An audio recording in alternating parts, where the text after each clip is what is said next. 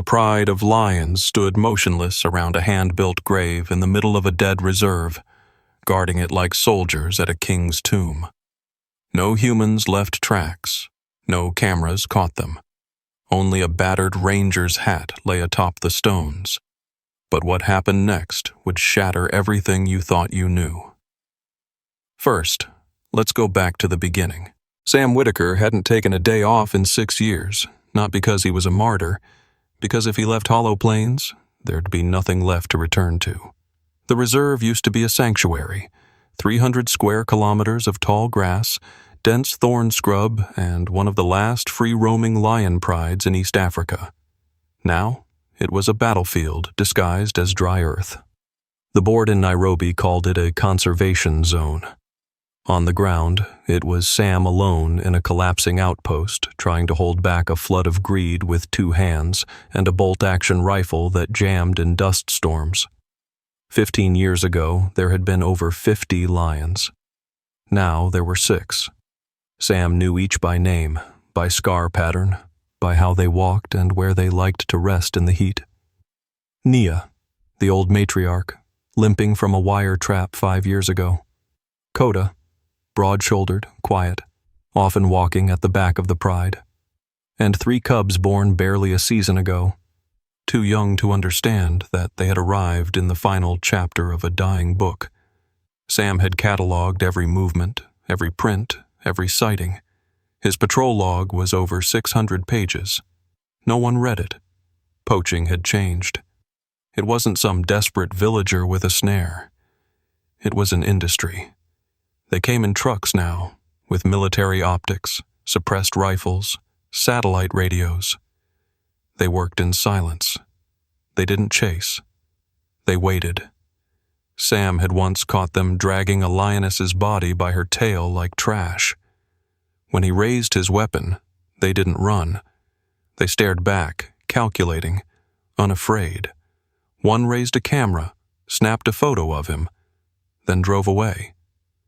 The message was clear. You're marked. Sam logged the incident. HQ never replied. His quarters were falling apart. Tin roof rattled all night in the wind. One window was held together with duct tape and a prayer. His food supply was half rations. Electricity cut off twice a week. His water had to be filtered through a cracked, sun-bleached system that tasted of rust. He slept 3 hours a night, always light, always clothed, with one ear open for engine sounds past midnight. They had cut his back up 2 years ago, said budgets were tight, said drones were coming soon, said he'd be fine. Rangers used to rotate every 3 months. Now they sent him trainees fresh out of school, half his age, soft-handed and wide-eyed. Most lasted a week. Some cried the first time they saw a butchered kill site. Others made excuses and filed for reassignment before sunrise. But Sam stayed. Because Sam had no illusions left. Not about management, not about governments, and definitely not about what would happen if he left. The poachers would walk in and wipe out the last pride in a single night. There would be no headlines, no punishment. Just silence and money changing hands behind closed doors.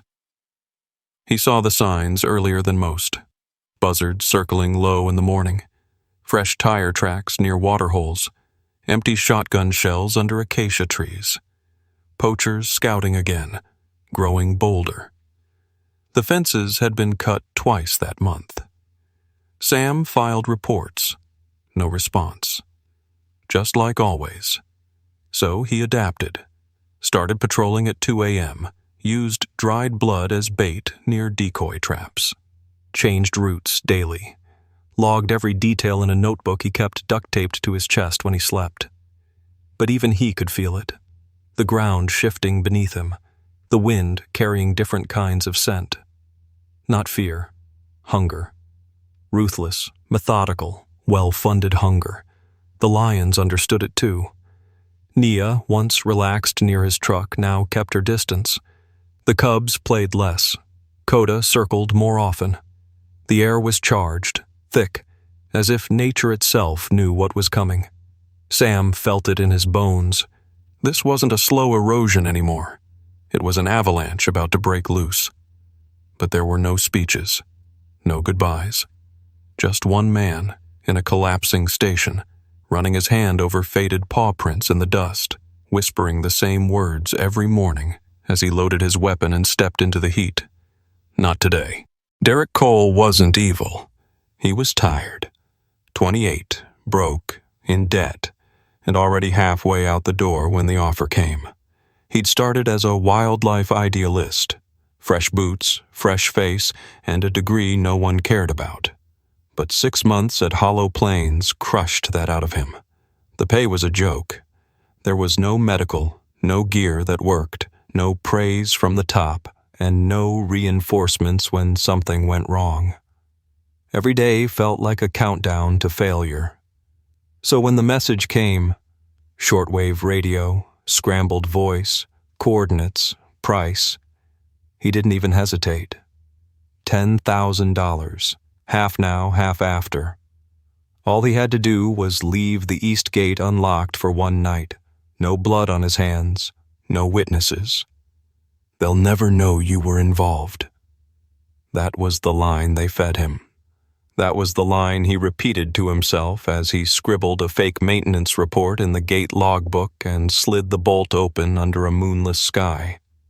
He waited in the dark, sitting on the hood of his borrowed Jeep, smoking a cigarette with shaking fingers while the insects buzzed like static. He heard the engine before he saw the lights. A low, guttural diesel hum, barely throttled, moving slow and smooth like it belonged there. The truck emerged from the tree line like a phantom.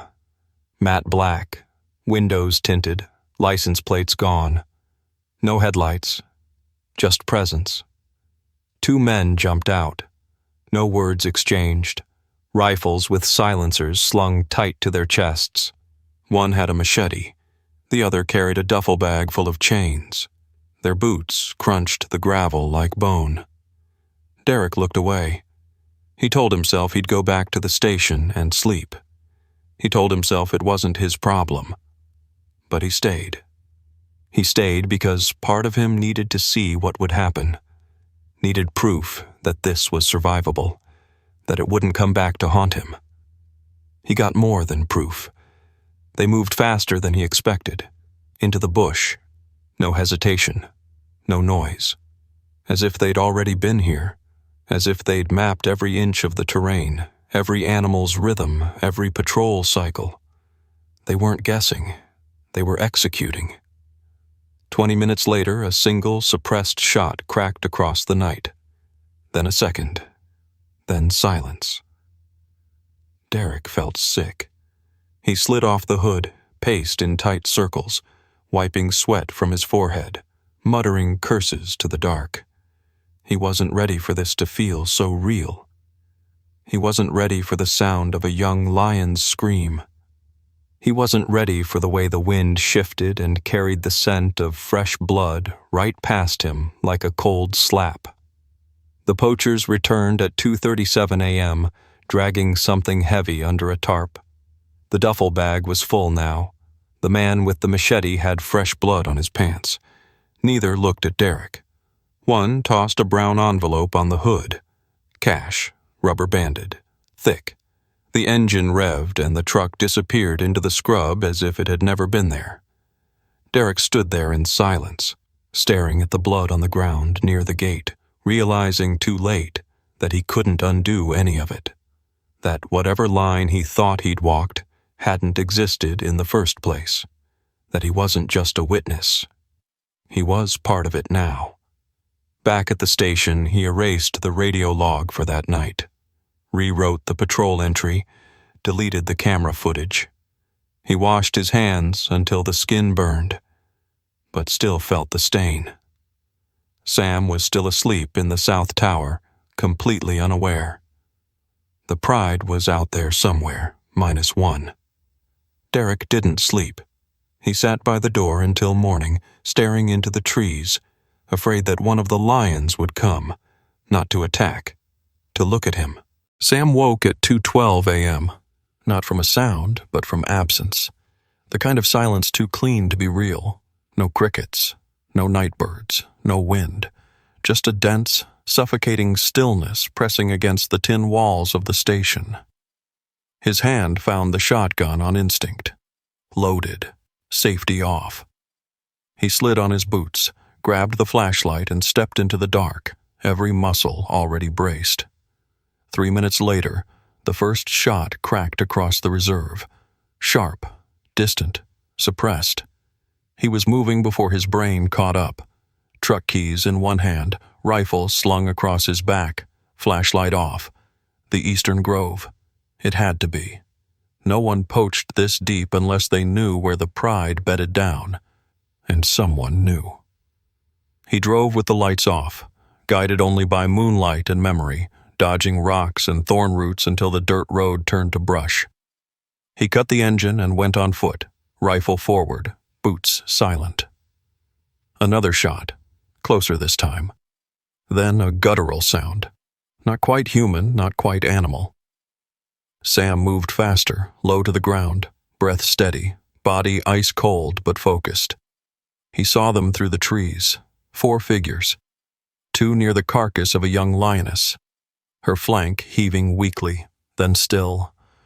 One man yanked at her paw with bolt cutters, another held a flashlight in one hand, rifle in the other. A third scanned the perimeter, and the fourth, tall, lean, barked orders in clipped tones. Sam didn't wait. He leveled the rifle and fired once. The flashlight shattered. One poacher screamed. The others dropped instantly, trained for ambush. Bullets ripped through the brush. Sam dove sideways, rolled behind a termite mound, firing again. The bolt jammed on the third shot. He cursed, ripped it back, cleared it. A round clipped his shoulder. Hot pain flared, but he stayed low, kept firing, yelling, not at the men, but toward the trees. "Run, Nia! Get them out!" He didn't know if she heard. Didn't know if anyone had survived.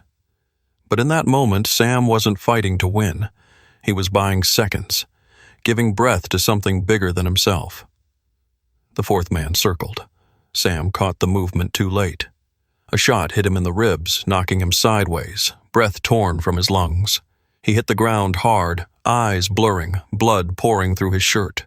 The world tilted, narrowed. The rifle fell from his hand. Footsteps approached, cautious, slow, professional. Sam tried to move. Couldn't. The man stood over him, face hidden behind a cloth mask, rifle raised. Sam looked him in the eye. Didn't blink, didn't flinch. If this was it, then fine. But it would happen face to face. He would not die afraid. But the shot never came. A low, rumbling growl rose behind the poacher. Deep, primal, ancient. The man froze. Sam smiled through the blood. He knew that sound. A second later, the scream tore through the trees. Then chaos, snarling, gunfire, crashing brush. Sam saw the flash of movement, golden fur, claws, weight slamming bodies to the ground. One gun went off. Another clattered to dirt. Then silence again. But this time it pulsed with something different. Sam closed his eyes. The pain ebbed, then vanished entirely. He felt the ground shift beside him, the familiar musk of lion breath. Something warm and heavy pressed against his side. He didn't open his eyes. The last thing he heard was a sound few humans ever would. A lion's purr, soft, low, and heartbreakingly close. By sunrise, it was over. The wind carried the metallic tang of blood across the dry basin, but the savanna itself had gone still again, unnaturally quiet, like the land was holding its breath. When the patrol team finally reached the Eastern Grove, they found Sam's body face down in the dust, one hand still outstretched toward the tree line, his rifle snapped in half beside him. The clearing showed signs of a firefight. Shell casings, boot prints, blood trails, and something more primal. Deep claw marks in the dirt, tufts of fur, and torn fragments of tactical gear scattered like bones. No poachers remained, just evidence of something violent, something unexplainable, something no one wanted to write down. The senior warden, Mark Atwell, arrived 3 hours later. His first words were, "We don't escalate this." He walked the scene once, barely looked at the blood, and ordered Sam's body wrapped in a tarp and flown out on the supply chopper. No press, no ranger memorial, no inquiry into why a known poaching corridor had been left unsecured or why no reinforcements had been posted. The incident report was drafted in 28 minutes. Official cause? Ranger killed in the line of duty during a failed poaching interception. Area cleared. There was no mention of the missing lions, no mention of the open gate. Sam's things were boxed with quiet efficiency. A worn rucksack, a pair of binoculars cracked at the hinge, a field journal stained with sweat and red dust. Inside there were pages and pages of lion movement logs, hand-drawn maps, feeding patterns, and a final note written 2 days before his death. The cubs are moving farther from the core. Nia is limping again. Something's changing. The box was sealed, tagged, and sent to a storage locker in Nairobi. His ranger ID card was deactivated before his body reached the morgue. The pride vanished. Tracks led out into the highland scrub, then disappeared entirely. Weeks passed with no sightings, no kills found, no fresh prints. Some whispered they'd been hunted down, one by one. Others claimed they had fled into illegal territory, beyond the reach of satellites and patrol lines. But Derek knew better. He remembered the growl, the scream, the way something had moved in the dark that night. Not just to survive, but to retaliate. He said nothing. Couldn't. Hollow Plains was declared stabilized. Poaching alerts decreased, officially. But local trackers knew better. They found bait untouched, traps tripped but empty. The reserve's administrative board issued one final directive. All personnel were to avoid mention of the incident, and ranger briefings were to exclude details likely to cause unrest or confusion. New hires were given sanitized reports. The patrol routes were changed. The Eastern Grove was marked as a conservation restoration site. Access prohibited. They erased Sam like he had never existed. But the land remembered, the lions remembered, and far beyond the edge of any map, something waited in silence. The pride didn't mourn like humans do. They vanished. For 36 days, no ranger, no drone, no tracker could find them. The patrol logs turned blank. Camera traps came back empty. Blood trails faded. Heat signatures disappeared under the trees. It was as if they had evaporated into the land. But they hadn't. They were watching, learning, remembering. Naya led them. 15 years old, bones stiff from age and injury, but her mind sharper than ever. She had seen it all. Drought, fire, bullets, but nothing like this. She had watched the man with the thunder stick stand between her and death. She had watched him fall. She had circled his body in the dark while the others escaped, nudging his still hand with her snout, waiting for breath that never returned. She had seen the blood spread beneath him, and she had not forgotten. In the hills above the reserve, she found a cave. Narrow, dry, invisible unless you were looking from the right angle. She led the cubs there first. 2 males and 1 female, still small, still unready. She kept them hidden, taught them stillness. They did not roam. They did not play. Every movement was practiced, every scent examined. When Coda rejoined them, silent, scarred, eyes darker than before, they formed a new circle. Not a pride, not yet. A memory cluster. A storm building beneath the skin. They watched the human roads from the ridge. They tracked the rumble of returning trucks. They cataloged the new smells. Fuel, sweat, metal, grease, plastic. These things had meaning now. Not abstract, not fear. Targets. At night, Nia moved alone, silent through brush she had crossed 1,000 times. She found the places where the traps had been reset. She saw the bait. She didn't touch it. She marked the soil around it with her scent, then vanished.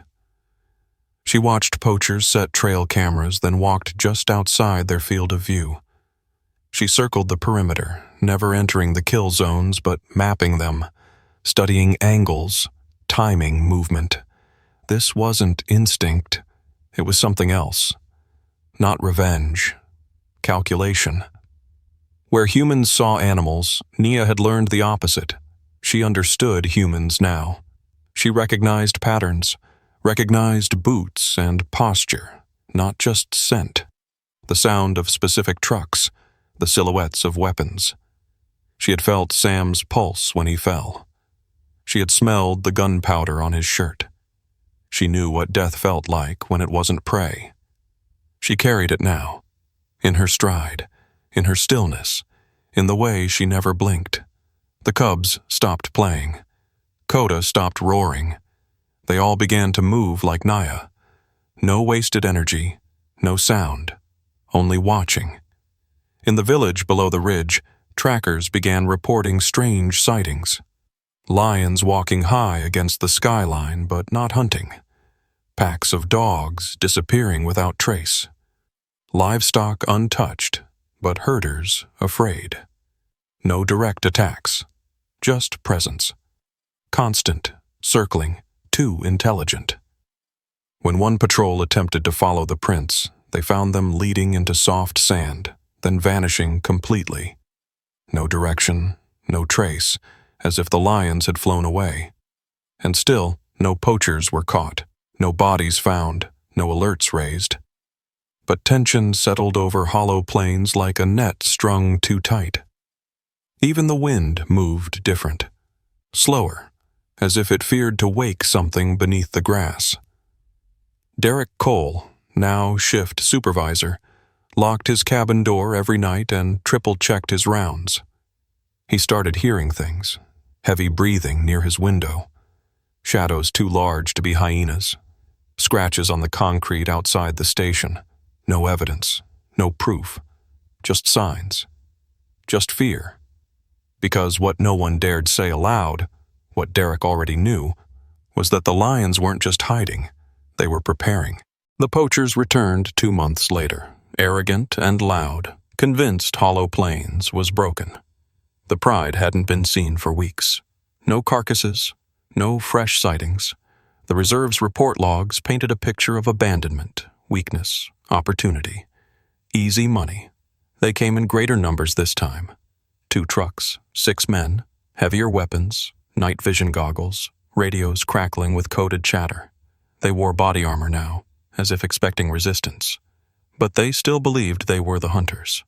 They moved systematically, setting traps near the waterholes, wiring the old game trails, laughing as they checked old scars in the earth where previous kills had bled dry. They saw no eyes gleaming in the dark, heard no growls from the thorn thickets. They mistook silence for safety. It wasn't. The first night passed without incident, the second too. By the third, their guard dropped. They lit small fires against regulation, drank from dented cans, sat back against the wheels of their trucks, speaking too loudly, shining their flashlights into the trees for fun. They didn't see the eyes watching them beyond the reach of the firelight, not round and panicked like prey, but low, narrow, calculating. At 2:46 a.m., the reversal began. A radio snapped with static. One man rose to check it. He didn't return. No sound, no struggle, just absence. His rifle was found 10 meters away, half buried in the dust, still warm to the touch. Panic spread fast. They grabbed flashlights and fanned out, shouting, scanning the grass lines. But the light couldn't catch what didn't move like prey. It caught only glints of eyes, reflections that blinked out instantly, repositioning, circling. Something brushed past the edge of their vision. A blur, too quick to track.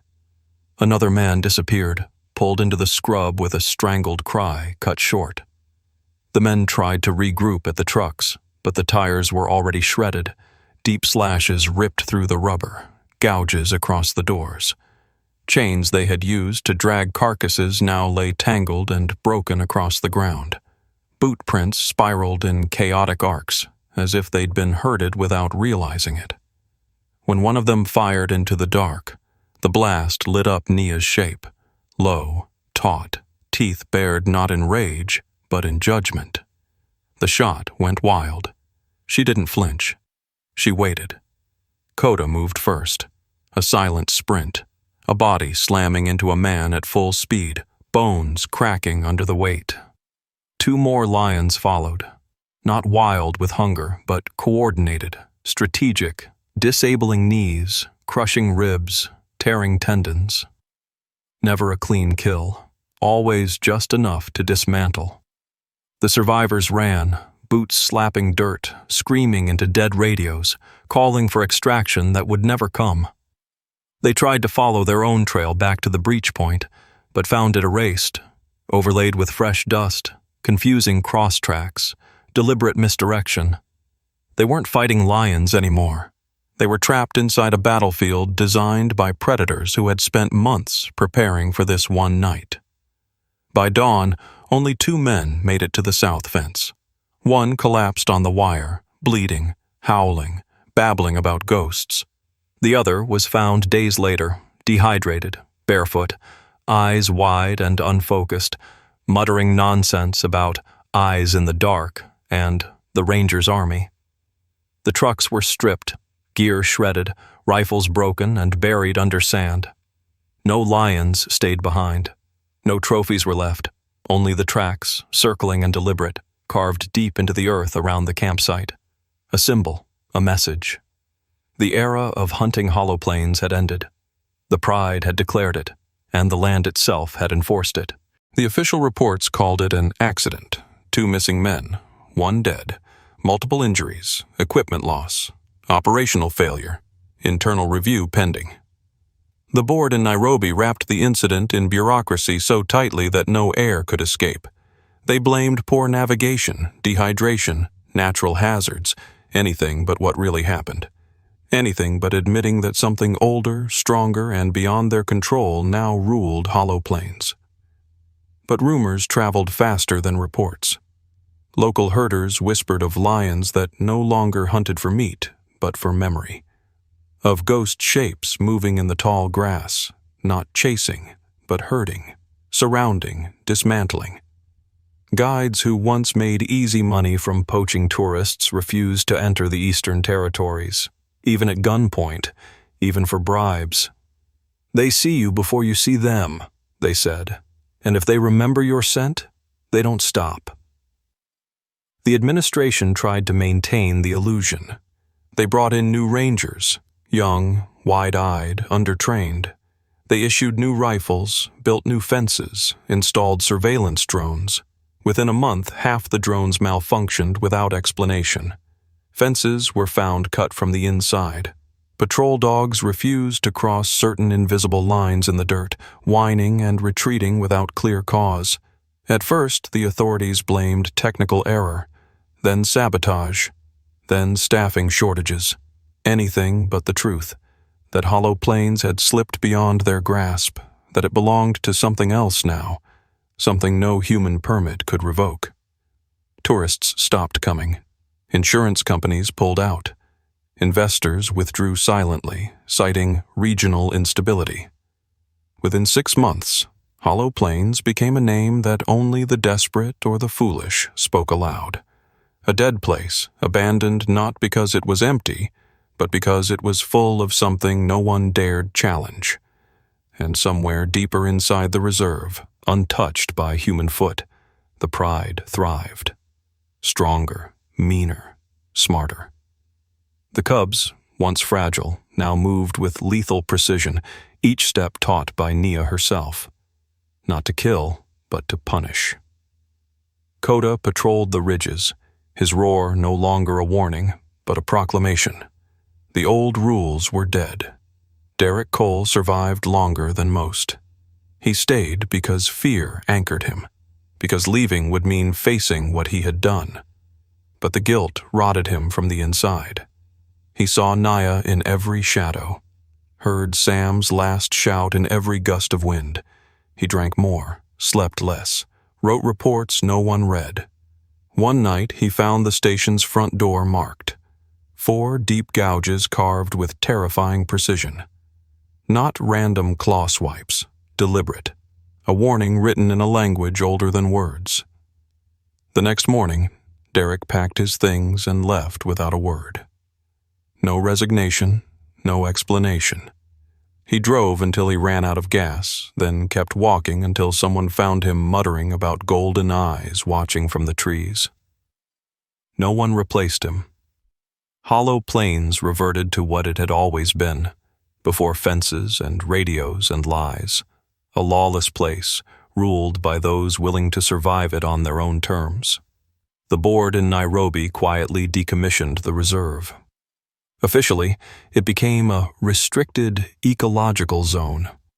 In reality, it became something far older. A memory field. A place where debts were still collected, where oaths were still remembered in tooth and claw. No plaques, no gravestones, no official statements. But in the dust and the blood and the silence, a new law was written. One simple rule: betray the protector, and the land itself will bury you. Months passed, seasons shifted. Grass grew taller over the abandoned roads. The ranger station rusted in silence, its radio antenna tilting with each storm. No new patrols came. No government trucks rumbled through the cracked entry gates. Hollow Plains returned to what it had been long before Sam Whitaker set foot there. Wild, unforgiving, sovereign. The pride flourished in ways no biologist could have predicted. Without the constant interference of men, they adapted with brutal efficiency. They traveled wider ranges, learned new ambush strategies, hunted smarter, leaving almost no tracks behind. Nia's limp faded. Coda grew heavier, muscles rippling under his coat. The cubs, no longer cubs, moved like smoke and bone, fast, silent, lethal. They carried with them the last lessons of a human who had once bled into the dust for them. But it wasn't just survival. It was something else. Something the trackers and poachers who still dared to whisper about Hollow Plains could never quite describe. The lions no longer avoided the remnants of human settlement. They claimed them, marked them, walked through the ruins of the station without fear, resting in the shade of its broken walls, rubbing their bodies against the corners as if reminding the land who it now belonged to. It was a lone hiker, a reckless, foolish tourist, who stumbled upon the grave first. Wandering off route with a cracked compass, he found himself deep inside the dead zone, beyond the last checkpoint. The place felt wrong immediately, too quiet, too watchful. He almost turned back. Almost. Then he saw it. At the crest of a hill overlooking the reserve lay a mound of carefully stacked stones. Not random, not collapsed by rain or wind. Built with purpose. Balanced. Atop the stones sat a battered ranger's hat, faded brown, stitched and torn, but unmistakably human. Around the mound, the dust was broken by a perfect ring of massive paw prints, not trampling the grave, but circling it, guarding it. The tourist froze. From the edge of his vision, golden eyes blinked from the grass. Not dozens, hundreds. A full pride watching him, silent, motionless, judging, waiting. He dared not step closer. He dared not raise his camera. He backed away slowly, heart hammering against his ribs, never turning his back. The lions did not move. They didn't need to. Their message had already been delivered. The story spread faster than the administration could silence it. First in whispers, then in rumors, then in articles filled with speculation and second-hand accounts. The lions that built a grave. The protector's pride. The ranger who became part of the land. Scientists dismissed it. Officials denied it. But locals knew better. They said Sam Whitaker had not died alone, that the earth itself had seen his sacrifice, that the lions had remembered him in ways no man could command or fake. In the evenings, when the sky bled into orange and the shadows stretched long over the cracked plains, the wind sometimes carried strange sounds. Not howls, not roars, a low vibration, deep and constant, like a heartbeat buried beneath the soil. Some said it was just the earth settling. Others knew it was the pride, standing vigil still. Because in hollow plains, graves didn't need names. Respect was carved not in stone, but in the way the living remembered the fallen. And some debts, written in blood and dust, were honored forever.